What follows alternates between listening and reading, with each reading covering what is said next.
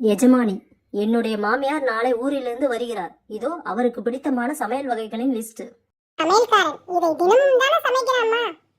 எஜமானி, இதில் எதையாவது சமைத்தால் அன்றே உன்னை வேலையிலிருந்து எடுத்து விடுவேன். மேனேஜர் சார், என் மனைவி உங்களிடம் என் சம்பள உயர்வு பற்றி கேட்க சொன்னாள். முதலாளி, நான் என் மனைவியை கேட்டு நாளை அது பற்றி சொல்கிறேன்.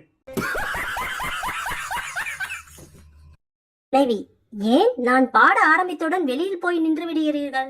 கணவன், அக்கம் பக்கத்துல இருப்பவங்க நான் உன்னை அடிக்கிறேன் என்று தவறாக நினைத்து விடக் கூடாதுல, அதனாலதான்.